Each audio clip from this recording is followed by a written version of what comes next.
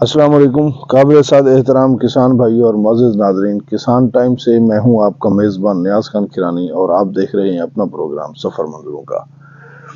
नाज़रीन, जैसा कि मुख्तलिफ़ फसलात की काश्त के मुतालिक हम आगाही और फिर उनके मुतालिक मुख्तलिफ़ अपडेट्स आप लोगों के साथ शेयर करते रहते हैं, आज भी उसी तरह आप लोगों को एक फसल की अपडेट के लिए आपके सामने हाजिर हुए हैं।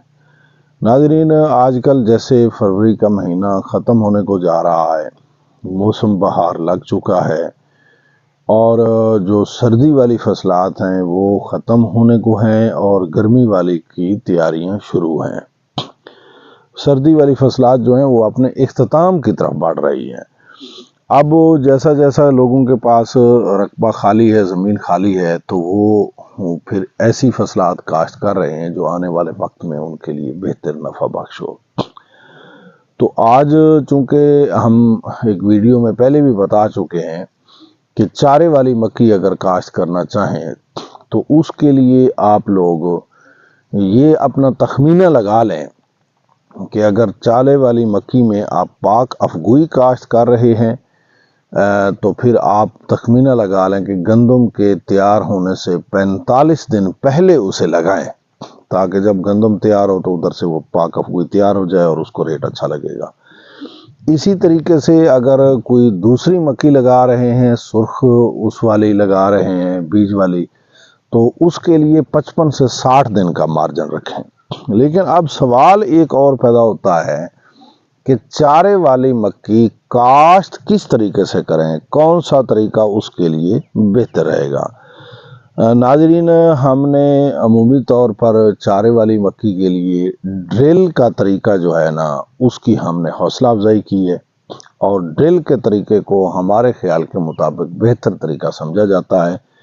ड्रिल में आपका बीज ज़ाय नहीं होता, ड्रिल में हर बीज अपनी सही जगह पर चला जाता है और उसकी जर्मिनेशन भी बेहतर होती है। फिर जब वो पैदा हो जाता है तो उसके गिरने के चांस भी उतने कम होते हैं।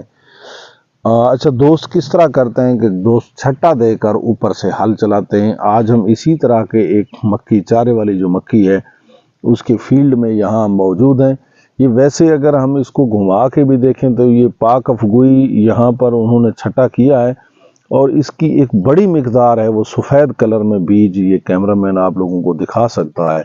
ये सारे खेत में ऐसे जो है ना, ये ऊपर नज़र आ रहे हैं, कम मिकदार में पड़े हैं। तो ये हम समझ सकते हैं कि कुछ फीसद तो बहरहाल, अगर ज़्यादा भी नहीं तो 5% से 10% तक बीज ऐसा है जो ऊपर पड़ा है, जो वो हल चलाने के बाद वो छुपा भी नहीं है। अब इसके दो मसाइल होंगे, एक तो जर्मिनेशन इसकी होगी या नहीं होगी, ये भी एक सवाल पैदा होता है, और दूसरा ये है कि ये जो ऊपर बीज पड़ा है इसको परिंदे उठा के ले जाएंगे। ये मैं नीचे पड़ा बीज दिखाने लगा हूँ, ये कैमरामैन मेरा क्लोज करके आप लोगों को दिखाएगा। ये देखें जी, ये बीज ये पड़ा है, अब ये बीज पड़ा है, ये बीज पड़ा है, ये पड़ा है, ये पड़ा है, ये पड़ा है। एक बड़ी मिकदार है जो ये हर जगह पे ऐसे ही पड़ी है।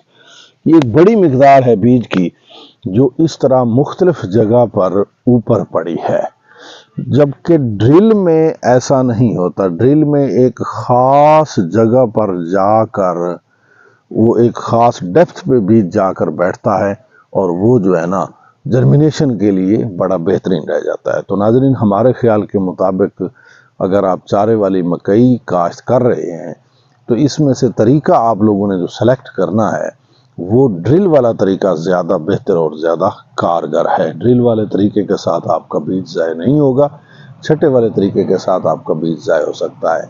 हाँ, अगर चारे वाली मकई को आप छोटे बेड वाले प्लांटर के साथ भी लगा दें तो भी ठीक है, या कपास वाले रेजर के साथ खेलियां लगा के, वो छोटी खेली बनती है, उसके दोनों साइड पर भी अगर आप चौका लगा दें तो वो चौका भी ठीक रह जाएगा।